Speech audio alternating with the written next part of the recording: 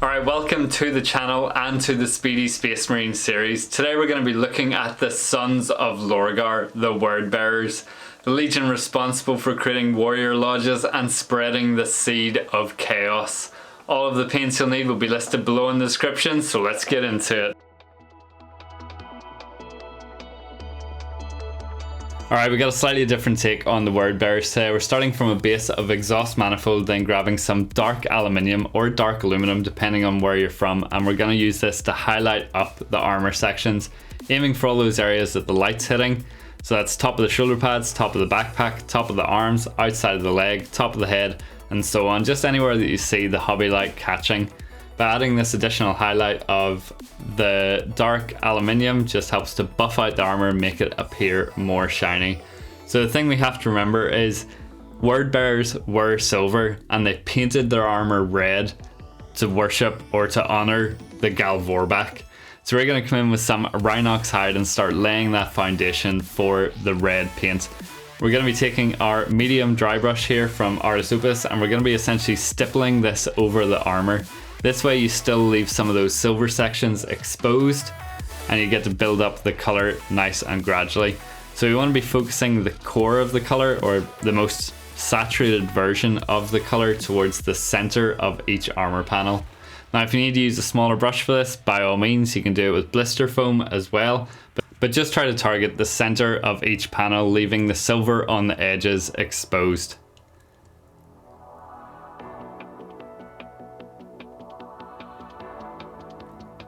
Then grab yourself some corn red and repeat the process.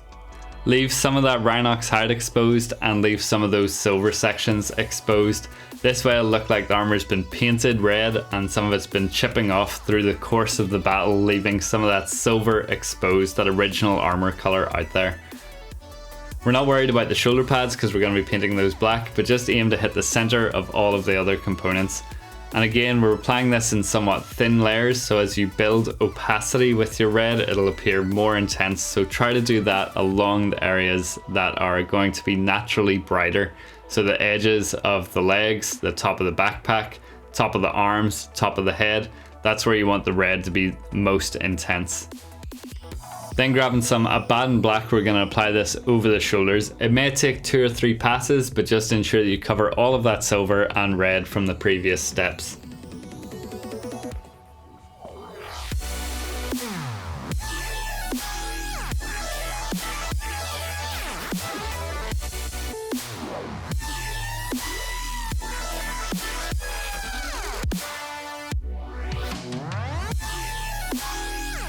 Just do the same on the other side. Make sure you get the underside and the inner edge of both the shoulder pads as well, just to make sure you get that nice even black coat all over.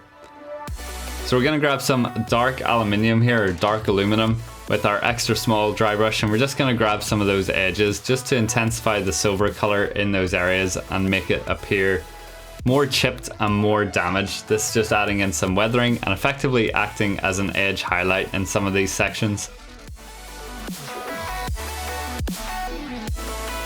But you can see how that stippling effect has created this variation within the red armor, and I just think it looks really cool.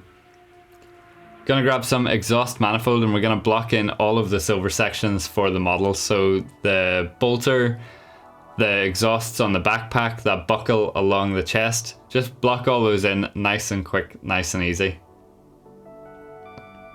It should only take 1 pass with the exhaust manifold because it's quite a good covering paint.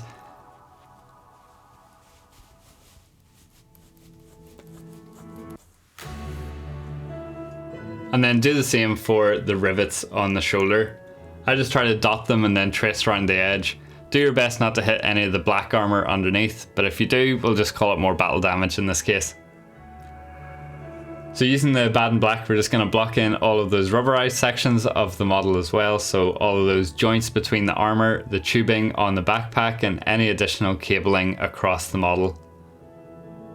Again, this should only take 1 or 2 passes, but it should be relatively quick, and then we're going to use it to block in the bolter casing as well. Try not to hit any of those silver sections that you painted previously, but if you do, you can just come back in with the exhaust manifold and tidy those up. So now with a thinned down version of our Abaddon black, we've effectively created our own black wash here, but you can use Nuln Oil or your preferred black ink for this. We're just going to apply that all over those silver sections, just to darken them down and create some separation in those areas.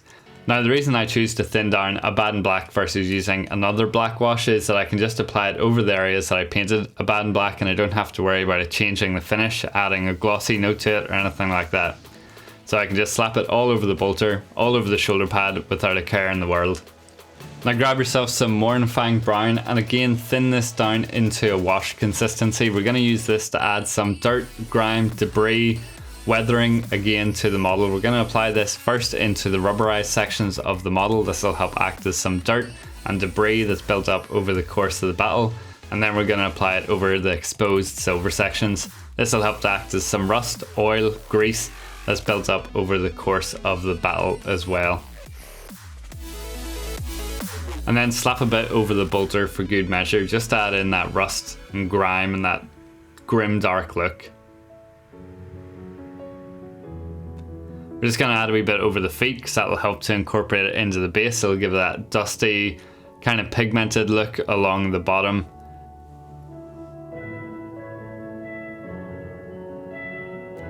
Now to paint the eyes, we're going to use a natural complement here. So we're going to come in with some Riff green here, and we're going to apply that over the sensor at the top and then just an all over coat over the lenses. Take your time here, try not to hit any of the red sections or any of those chips that you added in earlier. If you need to use a smaller brush, by all means. I'm still using the size 2 from Artist Opus here. Then grab some Greenskin flesh and apply this again over the sensor and towards the inner corner and lower edge of each lens. Just do your best to hit these areas. Don't worry if it looks a wee bit messy. We'll be adding a white dot to the back of the lens later on, and it just seems to fix everything. Grab yourself some Goblin flesh or an equivalent green. I'll have the conversions below in the description, and just add a highlight to the sensor and then towards the inner corner of each lens.